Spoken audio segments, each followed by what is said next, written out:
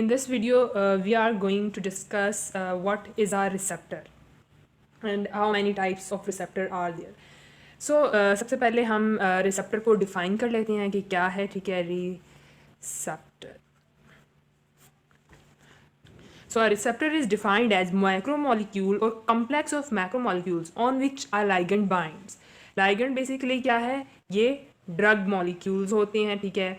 ये यानी कि ड्रग मॉलिक्यूल्स भी हो सकते हैं, ये कोई भी न्यूरोट्रांसमीटर भी हो सकता है, ये कोई भी हार्मोन हो सकता है, ठीक है, ये कोई भी केमिकल हो सकता है, ये कोई भी टॉक्सिन हो सकता है, ठीक है, etcetera. Anything that binds to a receptor, that is called ligand, ठीक है. But this definition is incomplete yet. Receptor is a macromolecule structure on which ligand binds, but it should has at least two properties.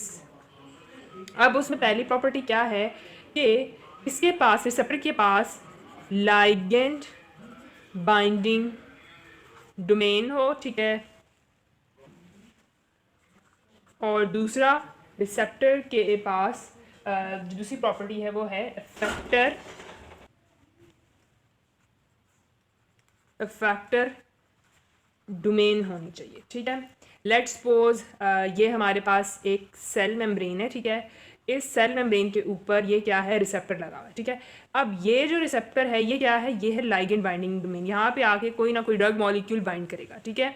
और यहाँ से ये जो सारा portion है ये क्या है, ये इफेक्टर डोमेन है, यानी कि यहाँ से सिग्नल्स अंदर जाएंगे और इफेक्ट जो है वो प्रोड्यूस होना स्टार्ट होगा. तो किसी भी रिसेप्टर के पास ये दो डोमेन्स होना ज़रूरी हैं, क्योंकि हमारे बॉडी में ऐसी बहुत सी बाइंडिंग प्रोटीन्स वगैरह हैं जिनके ऊपर लाइगेंड बाइंडिंग डोमेन तो होती है लेकिन उनके ऊपर इफेक्टर डोमेन नहीं होती है. इसलिए वो जो प्रोटीन्स वगैरह होती हैं वो रिसेप्टर नहीं होती. अदरवाइज जो ओल्ड डेफिनेशन थी वो रिसेप्टर की यही थी कि दीज आर प्रोटीन्स, यानी कि हमारे पास ओल्डर डेफिनेशन जो थी रिसेप्टर की उसमें हम क्या देते थे कि receptors are just proteins on which drugs act, ठीक है. लेकिन ये डेफिनेशन बाद में क्रॉस होगी. उसकी दो वजह थी. एक वजह यही है कि बहुत से हमारे पास प्रोटीन्स हैं, लेट्स सपोज जैसे हमारे पास ये सेल के अंदर ब्लड वेजल है, ठीक है. अब इस ब्लड वेजल के अंदर हमारे पास बहुत सी प्रोटीन्स वगैरह ऐसी होती हैं, ठीक है, जिनके साथ कोई हार्मोन आकर बाइंड करेगा और वो उस हार्मोन को throughout the blood transport करेंगे, यानी वो as a carrier proteins act कर रही होती हैं. लेकिन अब देखें उन एंजाइम्स के पास हार्मोन के लिए लाइगेंड बाइंडिंग डोमेन तो है लेकिन वो आगे कोई और रिस्पॉन्स ही प्रोड्यूस कर रही होती हैं, ठीक है. वो बस ये काम करेंगी, वो एक साथ बाइंड करेंगी, इसके साथ ट्रांसपोर्ट करके किसी दूसरे ऑर्गन पे लेके जाके वहाँ पे वो कॉम्प्लेक्स जो हार्मोन और रिसेप्टर एंजाइम कॉम्प्लेक्स है वो ब्रेक हो जाएगा, ठीक है. और जब वो ब्रेक होगा तो क्या होगा कि आगे हार्मोन उस ऑर्गन में जाके अपना इफेक्ट प्रोड्यूस कर लेगी. तो इस बात से हम ये रिसेप्टर की डेफिनेशन पूरी कर सकते हैं कि रिसेप्टर इज़ अ मैक्रोमोलिक्यूल और complex of macromolecules on which a ligand binds and produces biological response. तो इस लिहाज से एक जो ओल्डर डेफिनेशन थी रिसेप्टर्स की, दे आर प्रोटीन्स, उसकी एक रीज़न ये थी उस डेफिनेशन को ख़त्म करने का कि वो ये तो बता देते कि रिसेप्टर्स प्रोटीन्स हैं, मगर वो ये बात इन दोनों प्रॉपर्टीज़ को डिफाइन नहीं कर रहा था, ठीक है. एंड इफेक्टर डोमेन होना बहुत ज़रूरी है, ठीक है, वरना अगर किसी भी चीज़ के साथ अटैच हो जाए, कोई इफेक्ट ना आए तो उस अटैचमेंट को और उस अटैचमेंट साइट को हम रिसेप्टर नहीं कह सकते. दूसरी रीज़न क्या थी कि हर रिसेप्टर जो है वो प्रोटीन वैसे भी नहीं होता. लेटर ऑन ये बात पढ़ी गई थी, देखा गया कि बहुत सी हमारे पास एंटी कैंसर ड्रग्स हैं, ठीक है, जिनके जो रिसेप्टर्स होते हैं या जिनकी जो बाइंडिंग साइट्स हैं वो क्या है, वो डीएनए है, ठीक है. अब डीएनए जो है वो एक प्रोटीन नहीं है, ठीक है. वो तो इस लिहाज से फिर ये ओल्डर डेफिनेशन जो थी इसकी दो रीजंस की वजह से वो डेफिनेशन जो है वो ख़त्म कर दी गई और ये नई डेफिनेशन जो है वो इंट्रोड्यूस की गई थी. इसके बाद हम देखते हैं कि रिसेप्टर्स की टाइप्स क्या हैं, ठीक है. What are the types of receptors we है. सबसे पहले हमारे पास रिसेप्टर्स की जो टाइप है वो है number 1 the receptors that are present on cell membrane, ठीक है. फिर हमारे पास दूसरी टाइप है रिसेप्टर्स की, the receptors that are present in cytosol. Number third हमारे पास रिसेप्टर टाइप है the receptors that are present और न्यूक्लियस, यानी न्यूक्लियर रिसेप्टर्स, ठीक है। उसके बाद हमारे पास चौथी टाइप है रिसेप्टर्स की, जिसको हम कहते हैं एक्स्ट्रा सेलुलर रिसेप्टर्स, ठीक है। यानी अगर आपके पास ये एक सेल है तो और ये उसका न्यूक्लियस है तो आपको उसके सेल मेम्ब्रेन पे भी मिलेंगे रिसेप्टर्स, आपको साइटोसोल में भी रिसेप्टर मिलेंगे, आपको न्यूक्लियस के ऊपर भी रिसेप्टर्स मिलेंगे, और उसके अलावा सेल के बाहर भी एक्स्ट्रा सेलुलर एरियाज में भी आपको रिसेप्टर्स मिल सकते हैं, ठीक है। So these are the types of receptors. अब इनको एक एक करके देखते हैं। इससे पहले कि मैं इनको बल्कि डिफ़ाइन करूं और इनकी थोड़ी डिटेल में जाएं, यहीं पे एक चीज़ समझ लें कि जो सेल मेम्ब्रेन वाले रिसेप्टर्स हैं, ठीक है, वो उनके लाइगेंड्स कौन से, अगर हम मतलब इनकी लाइगेंड्स की अगर मैं बात करूं, ठीक है, यानी कि इनके ऊपर कौन से मॉलिक्यूल्स आके एक्ट करेंगे, तो हर वो मॉलिक्यूल जो लार्ज मॉलिक्यूलर वेट होगा और वो हाईली पोलर कंपाउंड होगा। अब एक ऐसा मॉलिक्यूल जो साइज में भी बड़ा है और दूसरा वो पोलर है, यानी लिपिड सॉल्युबिलिटी उसकी कम है, उसका रिसेप्टर हमेशा सेल मेम्ब्रेन पे होगा। क्यों? क्योंकि वो सेल मेम्ब्रेन क्रॉस नहीं कर सकता। ना वो लिपिड सॉल्युबल है कि वो डिफ्यूज कर जाए, और ना उसका वेट छोटा है कि वो डिफ्यूज कर जाए, ठीक है। तो क्या है कि ऐसे लाइगेंड्स के रिसेप्टर सेल मेम्ब्रेन के ऊपर होंगे। इनकी एग्जांपल हमारे पास आ जाती है। एग्जांपल अगर आप देख लें तो इनके एग्जांपल में हमारे पास पेप्टाइड्स हैं, ठीक है, या फिर हमारे पास कैटेकोलामीन्स हैं। कैटेकोलामीन्स बेसिकली क्या है, ये है एपिनेफ्रीन या नॉर एपिनेफ्रीन, ठीक है। बाकी ये पूरी ड्रग क्लास है, we will study it letter.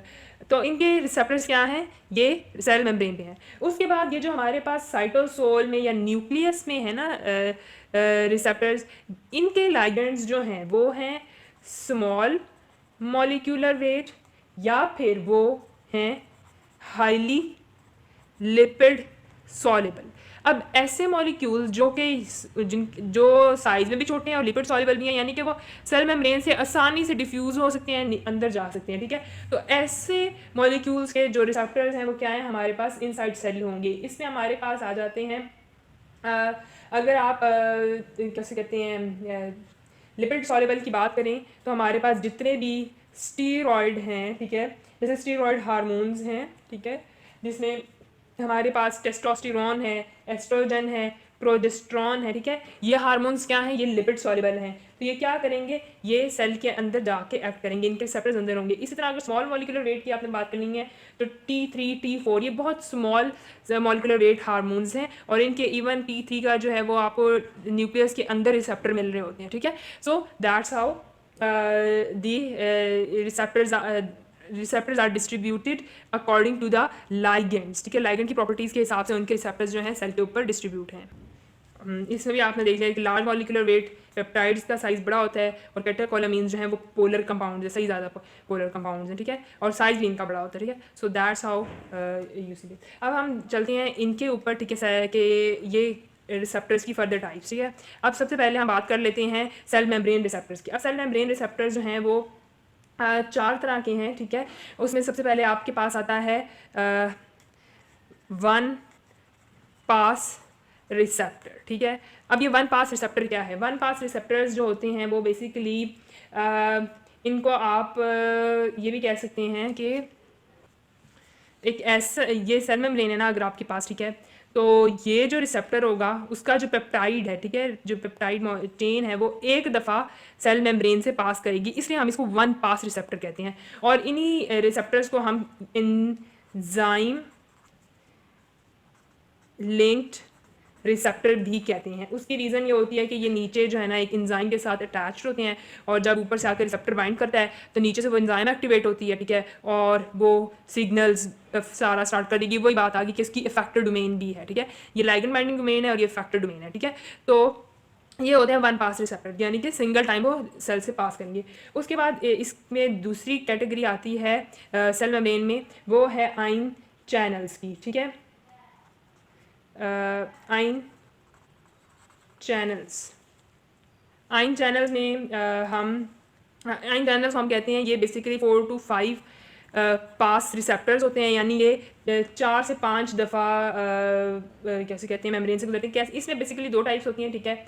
एक होती है वोल्टेज गेटेड आयन चैनल्स, ठीक है, और दूसरे होते हैं लाइगेंड गेटेड आयन चैनल्स। ये वोल्टेज गेटेड जो होते हैं इनको हम कहते हैं ये है लीकी आयन चैनल्स। ये हर वक्त जो है ना इसमें से आयन्स जो है वो पास हो रहे होते हैं, ठीक है, तो वो ions all the time leak कर रहे होते हैं, ठीक है। लेकिन बेसिकली यहाँ पे जो हम बात करेंगे वो लाइगेंड गेटेड की है। लाइगेंड गेटेड में मैंने कहा कि ये 4 to 5 पास रिसेप्टर्स हैं। इसका मतलब क्या है कि ये इस तरह से एक प्रोटीन होती है, ठीक है, और ये बेसिकली 5 पेप्टाइड्स हैं, 1 2 3 4 5, ये इस तरह से सेल मेम्ब्रेन से पास कर रही होती है, ठीक है, और यहाँ पे आके इसके ऊपर लाइगेंड बाइंड करेगा, ये ओपन हो जाएगी और यहाँ से फिर आयन चैनल्स वगैरह जो हैं वो आयन्स अंदर जाएंगे, ठीक है। तो बेसिकली क्या है कि सेल मेम्ब्रेन में एक टाइप हमने पढ़ी 1 पास रिसेप्टर की, जिनको हम एंजाइम लिंक्ड रिसेप्टर भी कहते हैं। दूसरी हमने आयन चैनल की पढ़ी है जिसमें लाइगेंड गेटेड वोल्टेज गेटेड है। यहाँ पे बेसिकली हम इसकी बात कर रहे हैं कि जो लाइगेंड गेटेड है वो 4 to 5 पास रिसेप्टर होता है, ठीक है। उसके बाद इसमें तीसरी कैटेगरी आ जाती है, उसको हम कहते हैं थर्ड है 7 पास रिसेप्टर्स, ठीक है। अब 7 पास रिसेप्टर्स क्या हैं, इसको हम कहते हैं कि अगर ये एक सेल मेम्ब्रेन है, ठीक है, तो ये रिसेप्टर की जो पेप्टाइड चेन है वो इसमें से 7 दफ़ा पास करती है। 1 2 3 4 5 6 7, ठीक है, वो 7 दफ़ा पास करेगी। ये क्या है, ये है उसकी लाइगेंड बाइंडिंग डोमेन, और ये उसकी क्या है, ये है उसकी इफेक्टर डोमेन, ठीक है। तो ये जो रिसेप्टर है वो 7 दफ़ा मेम्ब्रेन में से पास करता है, इसलिए हम इसको कहते हैं 7 पास रिसेप्टर, या इसको हम कहते हैं सर्पेंटाइन रिसेप्टर, ठीक है। सर्पेंटाइन क्यों कहते हैं, क्योंकि ये सांप की तरह लगता है, ठीक है, और इसको हम इसी रिसेप्टर को हम ये भी कहते हैं जी प्रोटीन कपल्ड रिसेप्टर। जी प्रोटीन कपल्ड रिसेप्टर क्यों कहते हैं, क्योंकि ये जो है ना एक जी प्रोटीन है, ठीक है, उसके साथ कपल होता है, ठीक है, यानी कि इसके साथ जी प्रोटीन आके बाइंड करती है। बाकी वो है क्या जी प्रोटीन, इसका फंक्शन क्या है, ठीक है, वो सारा कुछ हम अभी आगे हम जब पढ़ेंगे मैकेनिज्म ऑफ एक्शंस पढ़ेंगे डिफरेंट टाइप्स ऑफ रिसेप्टर्स की, तो वहाँ पे आपको ये बात सही समझ में आ जाएगी जी प्रोटीन की। लेकिन अभी सिर्फ आप, क्योंकि सिर्फ हम जस्ट टाइप्स पढ़ रहे हैं, उनके इतनी डिटेल में नहीं जा रहे, तो यू जस्ट नो कि these are coupled with G protein, so these are called 7 pass receptors, serpentine receptors और G protein coupled receptors. So ये थी सेल मेम्ब्रेन की फर्दर 3 टाइप्स, ठीक है, और उनकी एग्जांपल्स भी देख लेते हैं। अगर आप 7 पास रिसेप्टर की बात करें तो आपके पास जो हिस्टामिन रिसेप्टर्स हैं, ठीक है, बॉडी के अंदर histamine receptors H1 H2 receptors, ठीक है, वो 7 पास रिसेप्टर्स हैं, ठीक है। उसके अलावा आपके पास जो मस्करीनिक रिसेप्टर्स हैं, ठीक है, वो आपके पास 7 पास रिसेप्टर्स हैं। अगर लाइगेंड गेटेड की बात करें तो निकोटिनिक रिसेप्टर्स जो होते हैं वो लाइगेंड गेटेड होते हैं, ठीक है। बेसिकली ये कोलिनर्जिक रिसेप्टर्स हैं। कोलिनर्जिक रिसेप्टर्स की 2 टाइप्स हैं, एक होते हैं मस्करीनिक रिसेप्टर्स, एक होते हैं निकोटिनिक रिसेप्टर्स, ठीक है। It's written as nicotinic receptors, और वो है मस्करीनिक रिसेप्टर्स। ये रिसेप्टर टाइप हम आगे पढ़ेंगे, अभी हम जो है ना स्ट्रक्चर की बेसिस पे रिसेप्टर टाइप्स पढ़ रहे हैं, ठीक है। ये जब हम कोलिनर्जिक ड्रग्स पढ़ेंगे तो वहाँ पे आप लोगों को ये समझ में आ जाएगी कि मस्करीनिक रिसेप्टर क्या है, निकोटिनिक रिसेप्टर क्या है, और ये किस रिसेप्टर क्लास की वो है टाइप्स हैं। यानी कि वहाँ पे हम एक्शन के बेस पे रिसेप्टर टाइप्स पढ़ेंगे जब हम इंडिविजुअल क्लासेस पढ़ेंगे। यहाँ पे बेसिकली सिर्फ स्ट्रक्चर या जो रिसेप्टर हैं उनकी लोकेशन के हिसाब से ये टाइप्स हैं, ठीक है। तो वी आर सीइंग दैट। तो इसकी एग्जांपल जो है वो निकोटिनिक रिसेप्टर है, जिसके ऊपर वो एट्रोपिन आके इसके ऊपर एट्रोपिन आके एक्ट करेगी, ठीक है। तो ये निकोटिनिक रिसेप्टर्स हो गए, तो these are the examples for them. उसके बाद हमारे पास साइटोसोल है। साइटोसोल में जो यानी सेल के जो साइटोसोल में रिसेप्टर्स हैं, ठीक है, उसमें हम एग्जांपल ले सकते हैं। यहाँ पे एस्ट्रोजन की एग्जांपल आ जाती है, ठीक है, कि उन रिसेप्टर्स के ऊपर एस्ट्रोजन एक्ट कर सकता है, ठीक है। और उसके अलावा जो है हमारे पास न्यूक्लियर रिसेप्टर्स हैं। न्यूक्लियर रिसेप्टर्स की एग्जांपल मैंने पहले ही दे दी है कि एक तो वो जो एंटी कैंसर ड्रग्स हैं, एक ये आती हैं न्यूक्लियर रिसेप्टर्स में, या फिर T3 आता है, ठीक है। T3 का रिसेप्टर भी न्यूक्लियस के अंदर है, ठीक है। तो nuclear receptors are the receptors that are found on nuclear membrane और इनसाइड द न्यूक्लियस, जो कि DNA वगैरह के ऊपर, ठीक है। तो इसकी एग्जांपल्स एंटी कैंसर ड्रग्स या T3 है, ठीक है। उसके बाद हमारे पास एक्स्ट्रा सेलुलर रिसेप्टर्स आ जाते हैं। एक्स्ट्रा सेलुलर रिसेप्टर्स की एग्जांपल इंपॉर्टेंट है। एक्स्ट्रा सेलुलर रिसेप्टर्स में हम देख लेते हैं, लेट्स सपोज हमारे पास ये है एक ब्लड वेजल, ठीक है। इस ब्लड वेजल्स के अंदर हमारे पास एक एंजाइम होती है जिसको हम कहते हैं एंटी थ्रोम्बिन 3। बेसिकली ये जो एंजाइम है, ठीक है, इसके ऊपर कोगुलेशन फैक्टर्स आके एक्ट करती हैं, ठीक है। कोगुलेशन फैक्टर्स, कोगुलेशन फैक्टर्स में हमारे पास हेपरिन है, ठीक है। हेपरिन करेगी क्या कि हमारे पास अगर लेट्स सपोज ये एक एंटी थ्रोम्बिन 3 एंजाइम है, ठीक है। हेपरिन आके इसके ऊपर बाइंड की, ठीक है। हेपरिन ने किधर बाइंड करना है, लाइगेंड बाइंडिंग डोमेन के ऊपर। तो ये क्या करेगी, ये एक्टिवेट हो जाएगी एंटी थ्रोम्बिन 3 एंजाइम। इसने क्या करना है कि इसने कोगुलेशन फैक्टर्स को ब्रेक करना शुरू कर देना है, ठीक है, इनके टुकड़े टुकड़े कर देगी। तो क्या होगा कि कोएगुलेशन ऑफ ब्लड जो है वो नहीं होगी।